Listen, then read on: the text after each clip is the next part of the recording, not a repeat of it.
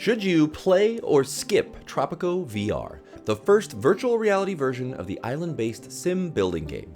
I've played it so that I can give you my perspective on whether or not it is worth your time and money. Welcome to another episode of Play or Skip on GameList Plus. I'm Josh, and today I am reviewing Tropico VR. As always, I will go through the different elements of the game, giving each aspect a rating between 1 and 10, 10 being absolute perfection. I'll give an overall score near the end, and ultimately suggest whether or not you should play or skip Tropico VR. Let's start out with the graphics. While the graphics aren't terrible, I definitely feel like they are lackluster in almost every aspect. The game just lacks a certain crispness that I really want to see on Quest 3, and honestly, even on the Quest 2 at this point. Thankfully, this game is not all about the graphics, but it is much more about the well-translated gameplay. But there are just some glaringly obvious issues with the graphics in this game. Looking at the water, for example, there's some kind of mismatching of the two different eyes seeing the water because it just looks wrong. The depth is off somehow, and it feels like my eyes are kind of bugging out when I look at it. Besides that, the textures are rather basic on the models of each of the areas and buildings, and the resolution is just generally not great.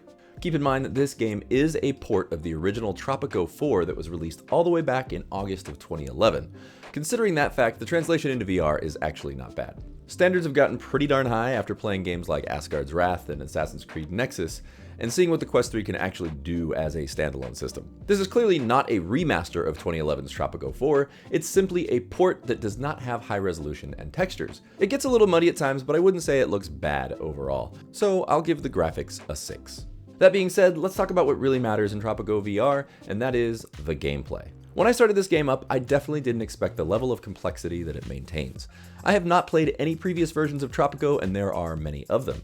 In this game, you take on the role of El Presidente on a tropical island much like Cuba. You can play as Fidel Castro, or you can just create your very own custom character, which I highly recommend. I started out as a beginner, having not played many sim games in recent years, so I opted to play the tutorial as a starting point, which is, as it turns out, absolutely necessary for this game, even if you've played other sim games. Just getting the basic grasp of Tropico VR had quite a bit of a learning curve.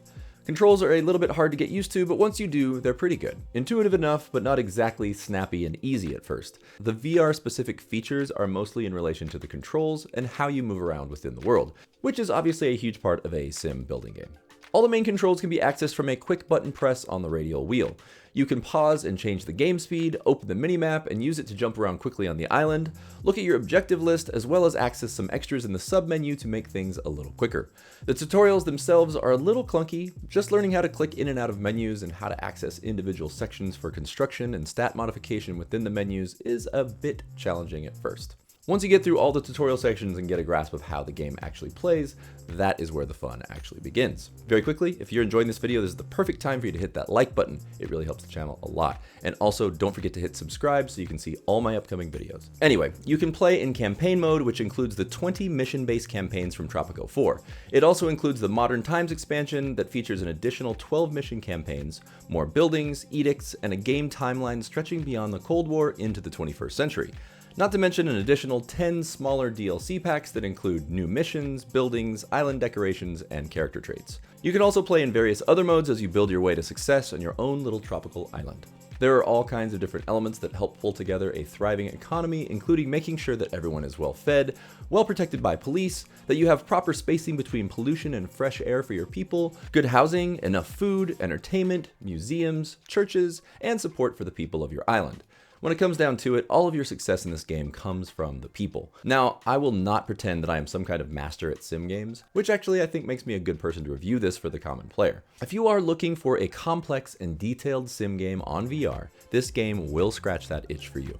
There is a lot of detailed micromanaging that can be done in this game to keep things on track, almost to the point of being overwhelming. But thankfully, there are advisors who will consistently let you know how things are going as you play, and more importantly, point you in the right direction. The really tricky part of this game is building a functional infrastructure and keeping finances in balance as you go. In many ways, this is an economic and political simulator as well as a building simulator. It may not be the most simple pick up and play type of game, but there are ways to keep it more simple, and I'll talk about that shortly.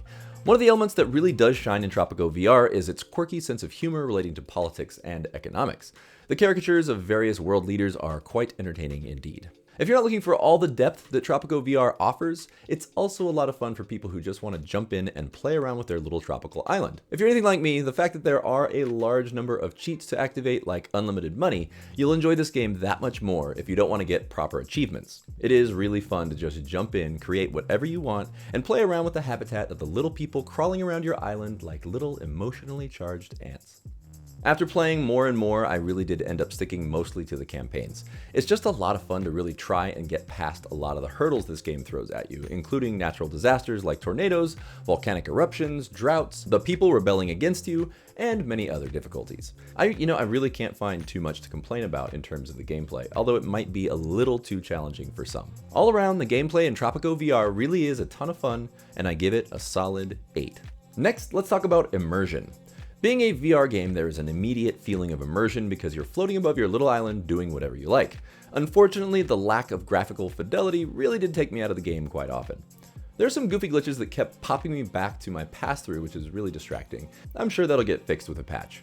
I never really felt completely immersed in the game at the beginning because the controls were a little bit clunky as I got used to them, but it definitely got better over time. And it really did keep me interested because I definitely had the feeling of always wanting to accomplish one more thing before switching it off. My Quest 3 battery actually died one of the last times I was playing it. I kept saving it because I knew it was about to die, and it sure did. So I guess, even with the occasional graphical goofs, I did feel quite immersed in this game, so I will give that element a 7. Next, let's talk about the music and audio. This is one of the elements in Tropico VR that really shines. High quality and fun voice acting gives a sense of humor to the game all around. It really is necessary given the rather bleak political and economic subject matter.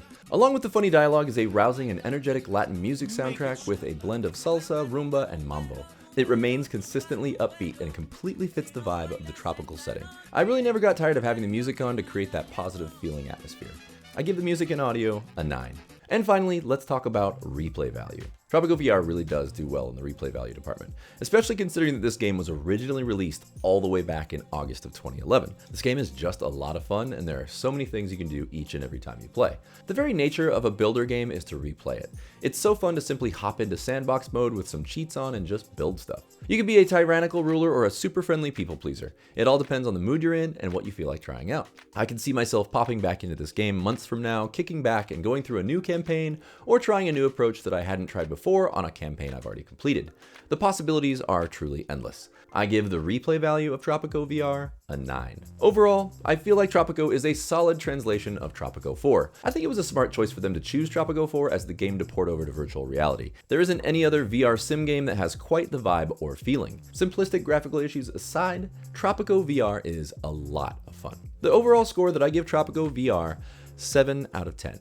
Now, I know there are a lot of longtime Tropico fans out there who are probably already thrilled to be finally playing this in VR, but for the rest of us, should you play or skip Tropico VR? At first, I wasn't so sure because it didn't look so great, but after getting fully engrossed in the fun and upbeat world, I definitely think you should play Tropico VR. But that's just what I think. What do you think? Have you played any of the other Tropico games on PC or on other consoles? What do you consider the absolute best sim or building game out there? Do you think VR is a good way to play a building game? Let's talk about it in the comments below. While you're here, why don't you check out one of my many other videos? Thank you guys for watching. I will see you next time on GameList Plus.